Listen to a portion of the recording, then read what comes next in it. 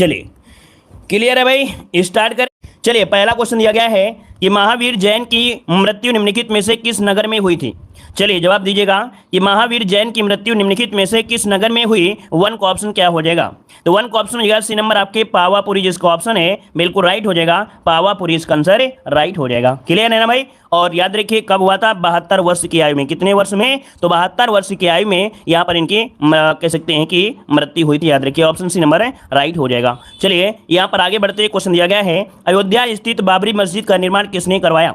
चलिए दोस्तों बताइएगा कि अयोध्या स्थित बाबरी मस्जिद का जो निर्माण करवाया था वो किसने करवाया था। टू का ऑप्शन क्या हो जाएगा, तो ये करवाए थे मीर बांकी अर्थात मियां मीर बांकी। ये बाबर के साथ ही आए थे, बाबर आगरा के साइड चले गए थे और ये अयोध्या के साइड आ गए थे। तो यहाँ पर मियां मीर बांकी जो कि ऑप्शन क्या हो जाएगा आपका डी नंबर राइट हो जाएगा। याद रखिएगा, क्लियर है ना। ये बाबर का सेना नायक था। क्या ये जो मीर बांकी है ये बाबर का सेना नायक था, याद रखिए। और अयोध्या में बाबरी मस्जिद का निर्माण इसने करवाया था। आगे बढ़ते क्वेश्चन दिया गया है कि शरण जमी प्रथा किससे संबंधित है। बताइएगा कि शरण जमी प्रथा जो संबंधित है वो आपकी किससे संबंधित है। यहाँ पर 3 का ऑप्शन देना है। तो देखो ये होता है मराठा भू राजस्व प्रथा है। क्या है भाई, मराठा काल में शरण जमी प्रथा भू राजस्व प्रशासन से संबंधित थी और इस काल में मराठा जमींदारों को शरण जमी भूमि उनके निर्वहन के लिए प्रदान की जाती थी। तो ऑप्शन क्या होगा, जिसका ऑप्शन आ रहा है ए नंबर बिल्कुल राइट हो जाएगा। आगे बढ़ते क्वेश्चन दिया गया है कि राजतरंगिणी के लेखक कल्हड़ के समय शासक कौन था। तो यहाँ पर देखिए आपका आंसर क्या हो जाएगा, राजतरंगी कल्हड़, है ना। मतलब ऑप्शन क्या हो जाएगा, राजतरंगी के लेखक है आपकी कल्हड़ है। और इनका समय पीरियड देखा जाए तो लगभग 1228 से लेके आपके 1128 से लेके 1154 के लमसम। और उसी समय आपके कश्मीर का शासक जयसिंह था। तो यहाँ पर ऑप्शन आपका ए नंबर हो जाएगा, जयसिंह के आपके समय के लगभग आपके हैं। तो ऑप्शन क्या हो जाएगा आपका ए नंबर बनेगा। ठीक है ना, ए नंबर लगाना है। आगे बढ़ते हैं, प्लासी का युद्ध मैदान कहाँ पर स्थित है। चलिए भाई आपने पढ़ा होगा प्लासी का युद्ध। और ये बताइए प्लासी का युद्ध जो हुआ था ये आपके कहां पर है, मैदान जो है आपके कहां पर है। तो ये मैदान आपकी पश्चिम बंगाल, जिसका ऑप्शन आ रहा है बिल्कुल राइट हो जाएगा, पश्चिम बंगाल। आंसर बिल्कुल आपका सही जवाब है, पश्चिम बंगाल में है। कहां भाई, पश्चिम बंगाल लगाना याद रखेगा। ठीक है ना। और ये मैदान बंगाल में नादिया जिले में भागीरथी नदी किनारे है। कभी कभी क्वेश्चन ये भी पूछ लेता है कि जो प्लासी का युद्ध हुआ था वो किस नदी के किनारे हुआ था। तो कौन सी नदी के किनारे, तो आपके भागीरथी नदी के किनारे हुआ था। याद रखिए दोस्तों। आगे बढ़ते हैं, क्वेश्चन दिया है दयानंद सरस्वती द्वारा स्थापित किया गया है। और ये भी क्वेश्चन आपसे पूछा जा सकता है, हमने आपको बताया भी था कि यहाँ पर जो आपका ये क्वेश्चन है आपके समाज सुधारों से, तो आपके समाज सुधारों से एक क्वेश्चन बनता ही बनता है ना। तो दयानंद सरस्वती द्वारा स्थापित आपका कौन सा समाज था, तो ऑप्शन बी हो जाएगा आर्य समाज। याद रखिए आर्य समाज इसकी स्थापना जो की थी वो आपके 1875 में। और ये कहां पर किया था दोस्तों, ये किया था आपके बंबई में। कहां पर किया था, बंबई में किया था। ऑप्शन बनेगा आपका यहां पर आपका बी नंबर। आगे बढ़ते क्वेश्चन दिया गया है जलियांवाला बाग हत्याकांड के लिए जिम्मेदार जो आपका है डायर को निम्नलिखित में से किसने मारा था। तो ये बताइए डायर को किसने मारा था, डायर को। तो यहाँ पर जो आपके हैं कौन, आपके ऊधम सिंह। ऊधम सिंह जब छोटे थे, है ना, बिल्कुल छोटे थे, तभी उनके सामने आंखों देखिए घटना हुई थी। तो उन्होंने कसम खाया था कि हम यहाँ पर डायर को मारेंगे ही मारेंगे। तो बाद में क्या हुआ था, जब डायर जो ऊधम सिंह थोड़ा बड़े हुए तो ये क्या हुआ, इंग्लैंड में जाकर इनको गोली मारा था। याद रखिए।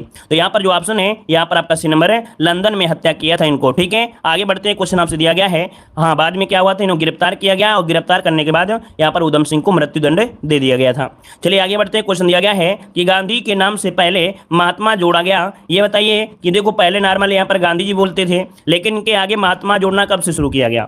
तो यहाँ पर ऑप्शन हो जाएगा चंपारण सत्याग्रह के दौरान। क्या, चंपारण सत्याग्रह के दौरान यहाँ पर जो रविन्द्रनाथ टैगोर हैं उन्होंने पहली बार महात्मा कहा था। तो यहाँ पर सफल सत्याग्रह निकला था, मतलब सफल सत्याग्रह का नेतृत्व करने के कारण ही रविन्द्रनाथ टैगोर ने इन्हें महात्मा कह दिया था। तो यहाँ पर ऑप्शन आपका ये नंबर है राइट हो जाएगा। आगे बढ़ते हैं, क्वेश्चन दिया गया है यहाँ पर कह रहा आपसे कि भारत की स्वाधीनता के समय महात्मा गांधी जो आपके थे वो किसके सदस्य थे।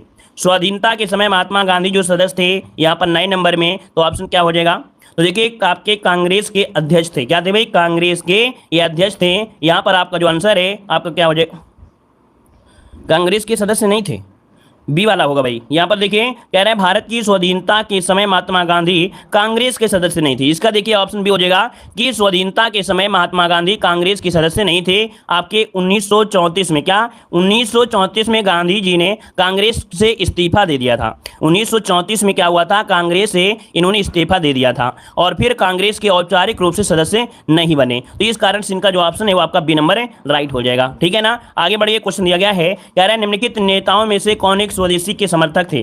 तो स्वदेशी के जो समर्थक रहे हैं वो आपके कौन हैं, तो आपके अरविंद घोष थे। कौन भाई, ऑप्शन ए हो जाएगा, बंगाल के विभाजन के विरोध के बाद चलाया गया था स्वदेशी आंदोलन। तो अरविंद घोष इसमें प्रमुख नेता रहे थे। तो इसका जो ऑप्शन है यहाँ पर आपका ए नंबर है राइट हो जाएगा। क्लियर है। यहाँ पर देखो और भी लोग थे, जैसे लाला लाजपत राय हो गए, साथ में आपके यहाँ पर तिलक जी हो गए, आपके बिपिन चंद्र पाल हो गए, ये भी इसी में आपके शामिल रहे हैं। और आगे बढ़ते हैं, क्वेश्चन दिया है चेरापूंजी अवस्थित है। चेरापूंजी अवस्थित है, कहाँ पर अवस्थित है, तो देखो हमने बताया था विश्व में सबसे ज़्यादा बारिश होती है आपके मेघालय में, और मेघालय में अगर पूछे तो आपका ऑप्शन क्या होगा, मेघालय। यहाँ पर देखो सी नंबर आपका हो गया। लेकिन वर्तमान में कहाँ पर हो रही है, मेघालय के मासिन राम में हो रही है। कहाँ पर है, मेघालय के मासिन राम, यहाँ पर आंसर इसका होगा जो कि आपका सी नंबर। क्लियर है, इतना पॉइंट सभी का क्लियर हो गया है। चलिए आगे बढ़ते हैं। क्वेश्चन दिया है कि महाराष्ट्र और कर्नाटक में पश्चिमी घाट कहलाते हैं। महाराष्ट्र और कर्नाटक में पश्चिमी घाट जो कहलाते हैं क्या कहलाते हैं। चलिए 12 नंबर में तो देखिए ये नहीं कहते हैं सह्याद्री, मतलब आपका देखा जाए ये मैप है तो यहाँ पर ये जो आपका एरिया है इसे हम लोग सह्याद्री कहते हैं, और ये वाला जो एरिया इस वाले घाट को हम लोग क्या बोलते हैं, हिमाद्री कहते हैं। तो याद रखिए पश्चिमी घाट को हम लोग सह्याद्री कहते हैं और पूर्वी घाट को हम लोग हिमाद्री कहते हैं। याद रखिए। तो ऑप्शन क्या बनेगा यहाँ पर, जिसका आ रहा है बी नंबर है राइट हो जाएगा। आगे बढ़ते हैं। क्वेश्चन दिया है कि भारत कितने प्राकृतिक प्रदेशों में विभाजित है। भारत कितने प्राकृतिक प्रदेशों में विभाजित है, 13 को ऑप्शन देना है। तो देखो यहाँ पर आपका जवाब क्या हो जाएगा, आपका ए नंबर हो जाएगा। 4 प्राकृतिक प्रदेशों में आपका है। एक तो आपका उत्तर का पर्वतीय क्षेत्र हो गया, फिर विशाल मैदान हो गया, फिर प्राद्वीपीय हो गया, फिर तट और द्वीप हो गया। अगर हम इसको ऐसे तोड़कर देखा जाए तो आप समझिए सबसे पहले क्या है, उत्तर का यहाँ पर पूरा जो आपका मैदान वो है ना, उत्तर का पर्वतीय क्षेत्र हो गया पूरा यहाँ से यहाँ तक का। इसके बाद आपको गंगा यमुना के समय आपका दोआब पड़ जाता है, ये विशाल मैदान होता है, समतल भी आपका है। इसके बाद ये प्रायद्वीप हो जाता है। इसके बाद यहाँ पर तट क्षेत्र आपका, जैसे आपका अंडमान निकोबार हो गया, ये यहाँ पर कॉर्नर हो गया, यहाँ पर हो गया। तो ये 4 प्रकार के होते हैं। तो ऑप्शन क्या बनेगा, ए नंबर हो जाएगा। आगे बढ़ते हैं। भारत तथा पाकिस्तान के मध्य सीमा रेखा का उदाहरण बताना है।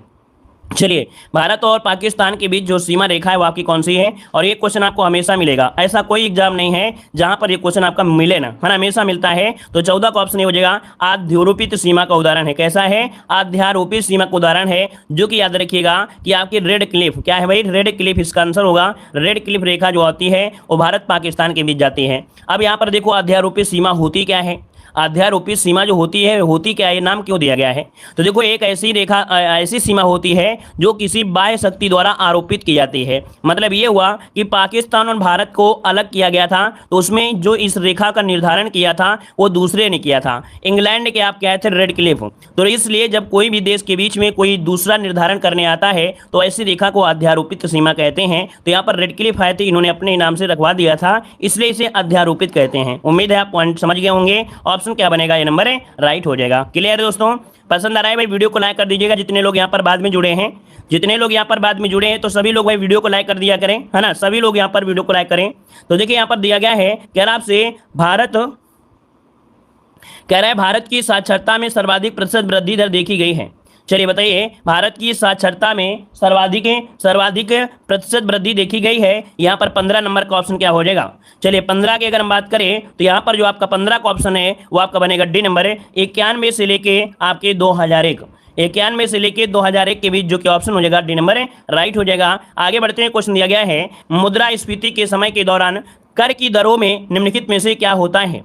मुद्रास्फीति के समय के दौरान कर की दरों में निम्नलिखित में से क्या होता है। तो याद रखिएगा जो कर की दरें होती है ना वो उनमें वृद्धि हो जाती है। क्या होती है, वृद्धि हो जाती है। याद रखिएगा जिसमें मुद्रा की तरलता समाज में कम हो जाती है। तो ऑप्शन क्या होगा आपका, ए नंबर इसका राइट हो जाएगा। आगे बढ़ते हैं। व्यावसायिक बैंक समानता ब्याज नहीं देते हैं।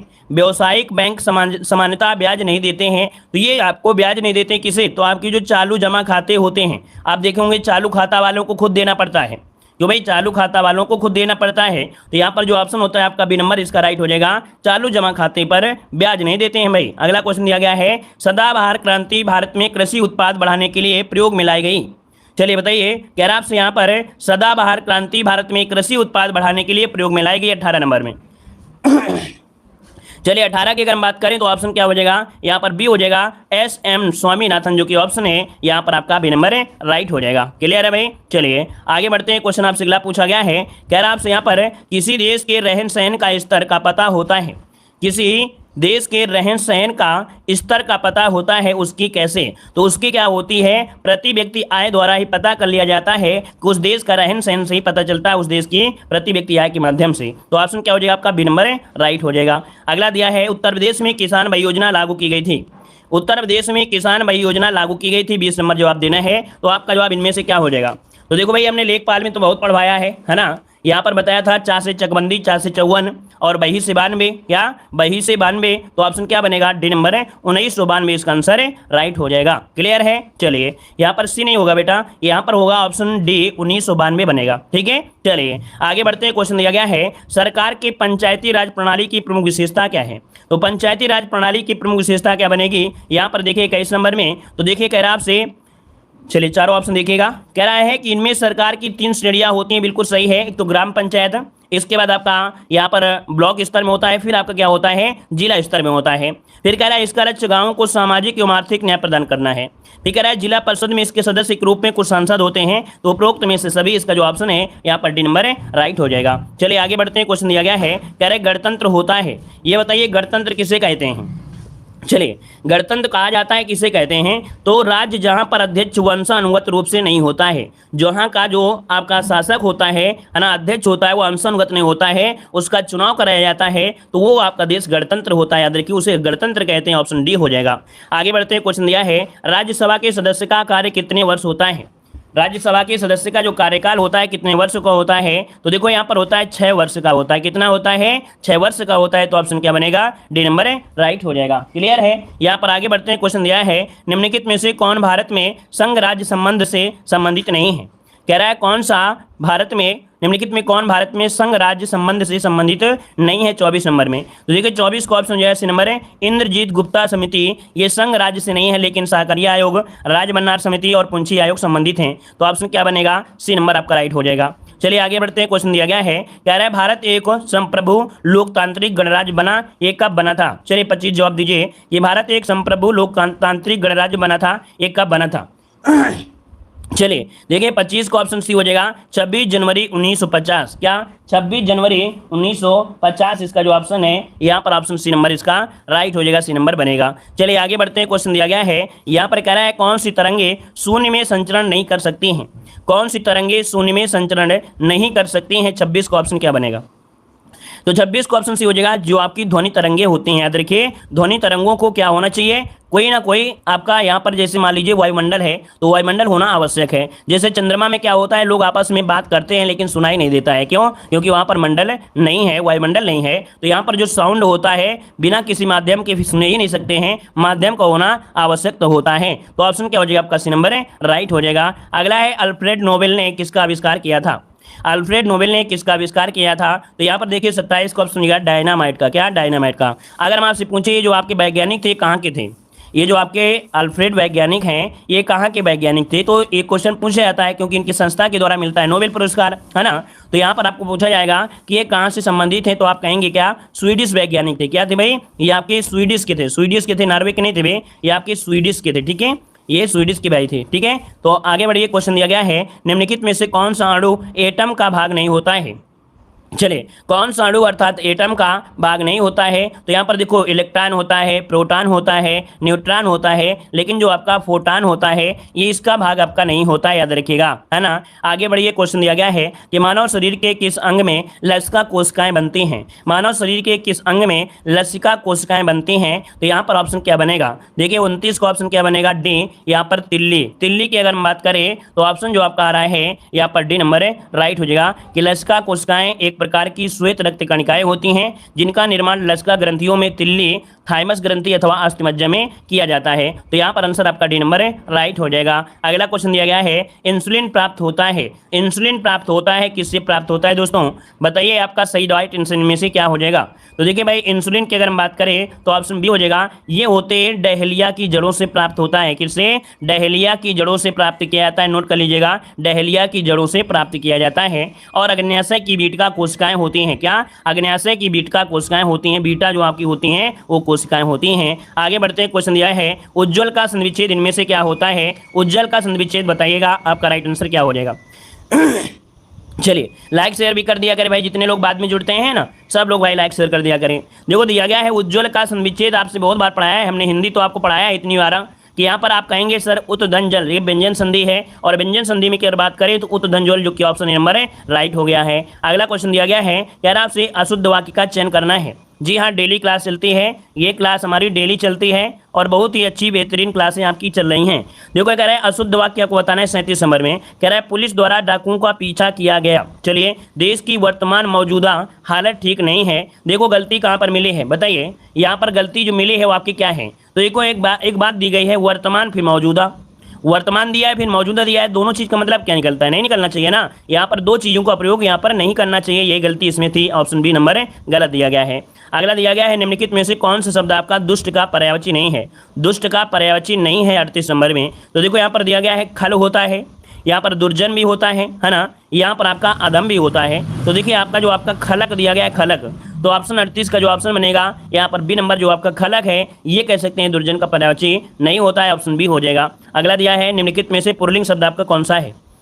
पुल्लिंग शब्द आपका जो पूछा गया है 39 नंबर में। तो देखो यहाँ पर कह रहे हैं मजा कैसा है, मजा आ रहा है कि नहीं आ रहा है? बोलते हैं ना मजा आ रहा है कि नहीं आ रहा है भाई पढ़ने में, तो कहोगे आ रहा है सर जी। मजा आ रही है कि नहीं आ रही है, इसने बोलते मजा आ रहा है ना। तो कहीं ना कहीं अच्छा, सजा कैसी है, कजा रजा, ये सब आपके होते हैं। यहाँ पर मजा जो आपका ये नंबर है ये पुल्लिंग होगा। अगला क्वेश्चन बताइएगा कि बिखरे मोती रचना के रचनाकार कौन है?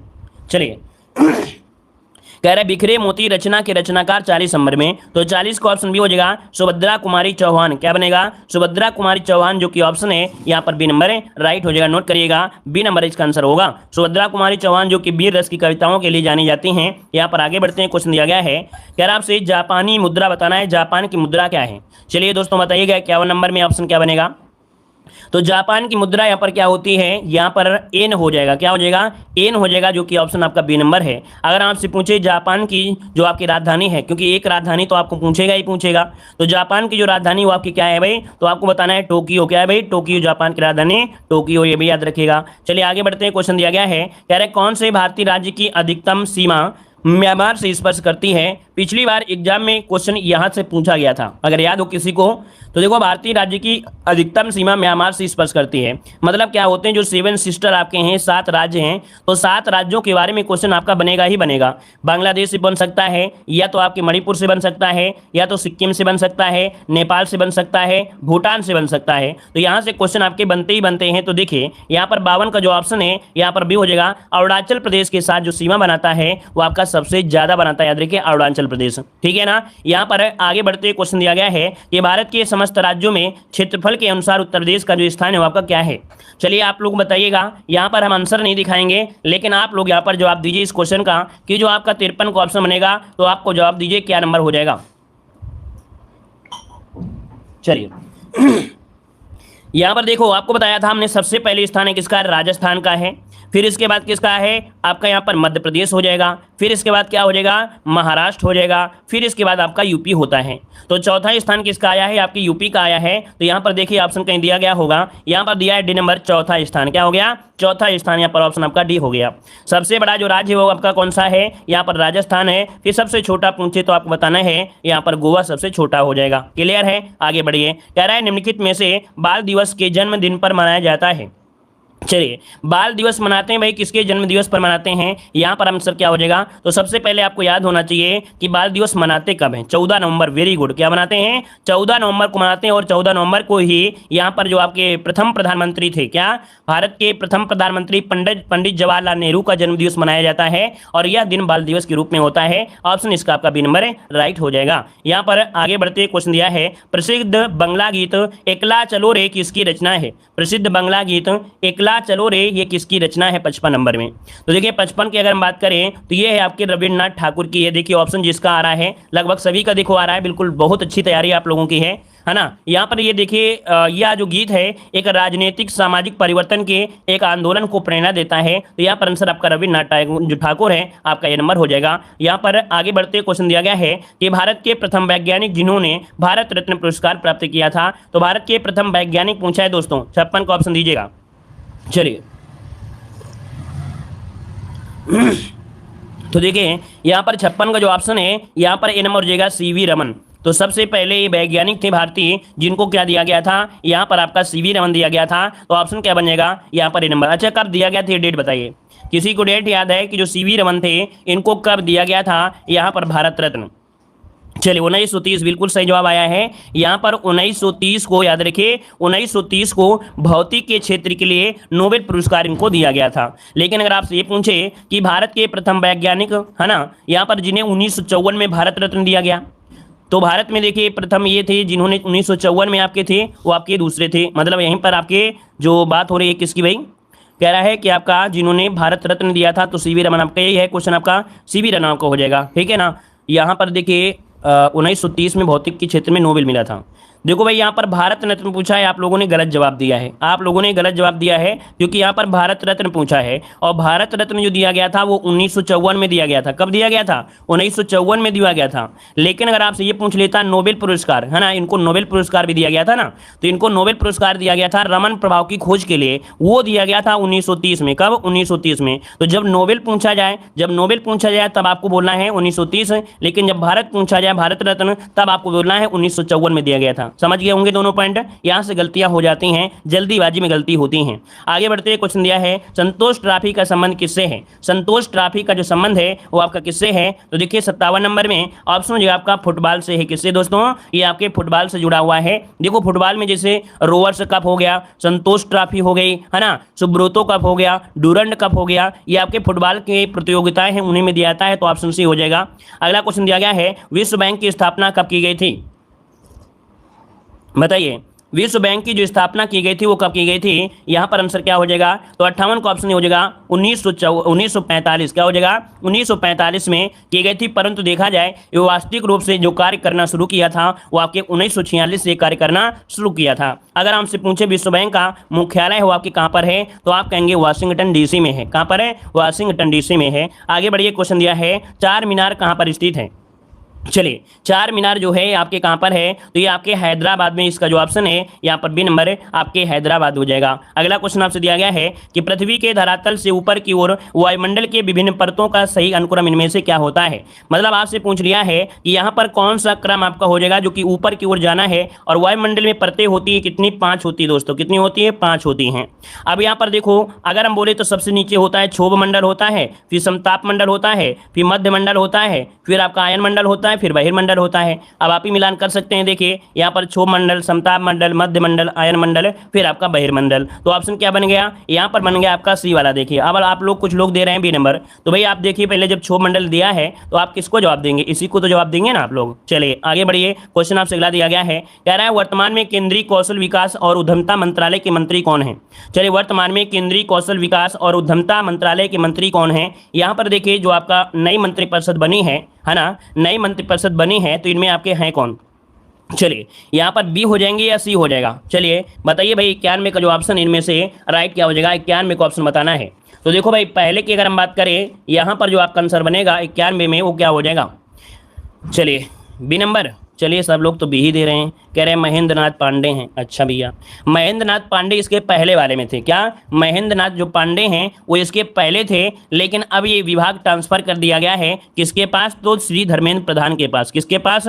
श्री धर्मेंद्र प्रधान के पास ट्रांसफर कर दिया गया है। पहले जो आपका था वो आपके इनके पास था, लेकिन अब यहाँ पर हो गया श्री धर्मेंद्र प्रधान के पास, ये आपका दे दिया गया है। तो ये आपके धर्मेंद्र प्रधान आपके हैं, याद रखिए, ऑप्शन सी हो जाएगा। क्लियर है? नोट कर लीजिएगा। अगला क्वेश्चन दिया गया है, ये भारत के मुख्य न्यायाधीश के रूप में निम्नलिखित में से किसे नियुक्त किया गया है? चलिए जवाब दीजिए, राइट आंसर क्या हो जाएगा?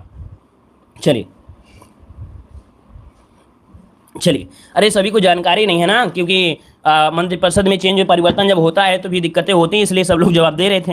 देखो यहाँ पर दिया है भारत के मुख्य न्यायाधीश के रूप में किसे नियुक्त किया गया है, यहाँ पर 92 में। तो ये आपके कौन है? आपके भाई यहाँ पर नंबर हो जाएगा जस्टिस ए.वी. रमन्ना। कौन? यहाँ पर ए.वी. रमन्ना, जो कि ऑप्शन बनेगा यहाँ पर नंबर राइट हो जाएगा, ए नंबर बनेगा। क्लियर है ना? ये कौन से नंबर के हैं? तो आपके 48वें नंबर के बने हैं, तो ऑप्शन बनेगा आपका ए नंबर राइट हो जाएगा। आगे बढ़िए, क्वेश्चन दिया गया है कि द्रोणाचार्य अवार्ड से सम्मानित हाल ही में किस प्रतिष्ठित निशानेबाज कोच का 79 वर्ष में आयु में मृत्यु हो गई है, अर्थात यहाँ पर निधन हो गया है? तो यहाँ पर ऑप्शन ये हो जाएगा संजय चक्रवर्ती, जिसका ऑप्शन है यहाँ पर राइट हो जाएगा, संजय चक्रवर्ती इसका आंसर बनेगा। आगे बढ़ते क्वेश्चन दिया गया है कि किस देश की महिला क्रिकेट टीम ने सबसे अधिक वनडे जीत करके विश्व रिकॉर्ड बना दिया है? तो देखिए 94 का ऑप्शन बनेगा सी नंबर, ये आपके ऑस्ट्रेलिया है जिसने सबसे ज्यादा वनडे जीतकर विश्व रिकॉर्ड बनाया है, ऑप्शन सी बनेगा। आगे बढ़ते हैं, क्वेश्चन दिया गया है कि दुनिया के सबसे बड़े क्रिकेट ग्राउंड मोटेरा का नाम निम्नलिखित में से किसके नाम पर कर दिया गया है। चलिए बताइएगा कि दुनिया के सबसे बड़े क्रिकेट ग्राउंड मोटेरा का नाम निम्नलिखित में से किसके नाम पर कर दिया गया है। यहाँ पर 95 का ऑप्शन क्या हो जाएगा।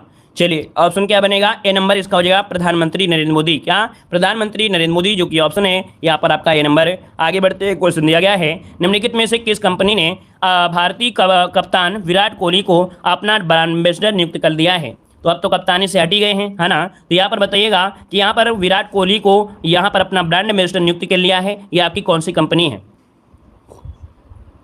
चलिए तो यहाँ पर देखो आपका 96 का जो ऑप्शन है यहाँ पर बनेगा ऑप्शन ए नंबर है। याद रखिए डिजिटल इंश्योरेंस, क्या है, डिजिटल इंश्योरेंस का है, ऑप्शन बनेगा आपका ए नंबर है, राइट हो जाएगा कि डिजिटल इंश्योरेंस के जो ब्रांड एम्बेसडर हैं वो आपके विराट कोहली हैं, ऑप्शन ए वाला राइट हो जाएगा। यहाँ पर आगे बढ़ते देखो आप लोगों से गलतियाँ क्या हो रही हैं, आप लोगों से गलतियाँ इसी में हो रही है करंट अफेयर में। किस में हो रही हैं, करंट अफेयर हो रही है। तो हमारी क्लासें करंट अफेयर की चली हैं, तो सबसे पहले क्या करिए आप लोग वर्तमान में कौन क्या है, क्या वर्तमान में कौन क्या है। दूसरी बात यहाँ पर आपको याद करना है जो आपका मंत्रिमंडल है, मंत्रिमंडल और आपका वर्तमान में कौन क्या है, इनको आप अच्छे से रटिए। जो ब्रांड एम्बेसडर है उनको भी अच्छे से रटिए, है ना। ये अगर आप कंट्रोल करते हैं तो 2 से 3 नंबर तो आपके पक्के हो जाएंगे हर एक वीडियो में, ठीक है ना। तो देखो भाई यहाँ पर आपका 97 का ऑप्शन ये हो जाएगा, ये आपके ग्लेनमार्क फार्मा है। याद रखिए यहाँ पर क्रिकेट रोहित शर्मा को अपना ब्रांड एम्बेसडर नियुक्त किया है, तो आपका ग्लेनमार्क फार्मा ऑप्शन आपका ये नंबर राइट हो जाएगा। आगे बढ़ते क्वेश्चन दिया गया है कि वैश्विक लैंगिक भेद अनुपात रिपोर्ट 2021 में 156 देशों की सूची में भारत 28 पायदान फिसलकर कितने स्थान पर पहुंच गया है। तो ये रिपोर्ट 2021 की है, क्या है 2021 की रिपोर्ट है जिसमें 146 देश आपके थे। तो आपके भारत को जो स्थान मिला था वो आपको मिला था कितना, यहाँ पर 140 मिला था, कितना 140 मिले था। लेकिन यहाँ पर हम लोग क्या है 2022 पढ़ रहे हैं, क्या 2022 पढ़ रहे हैं, किताब वाले ने अपडेट नहीं किया है तो कोई बात नहीं, हम तो अपडेट करने के लिए हैं ये ना।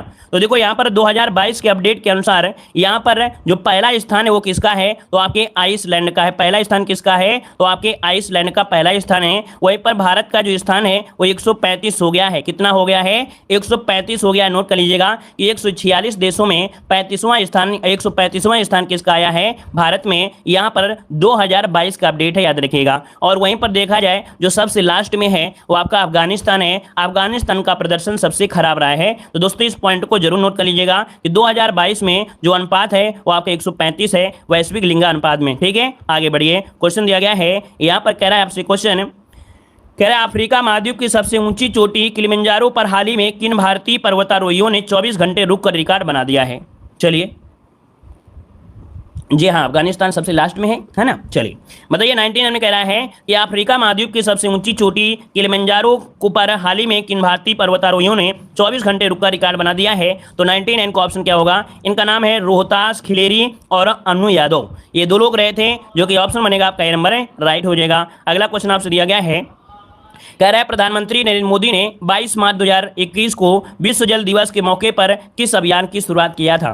तो देखो यहाँ पर आपका 22 मार्च 2021 को एक अभियान चलाया था। यहाँ पर अभियान आपके पास ऑप्शन दिए गए हैं, ये अभियान था आपका जल शक्ति अभियान। क्या, जल शक्ति अभियान, जो कि ऑप्शन क्या है यहाँ पर आपका डी नंबर इसका राइट हो जाएगा। जल शक्ति अभियान चलाया था, याद। धन्यवाद सभी को, जय हिंद, वंदे।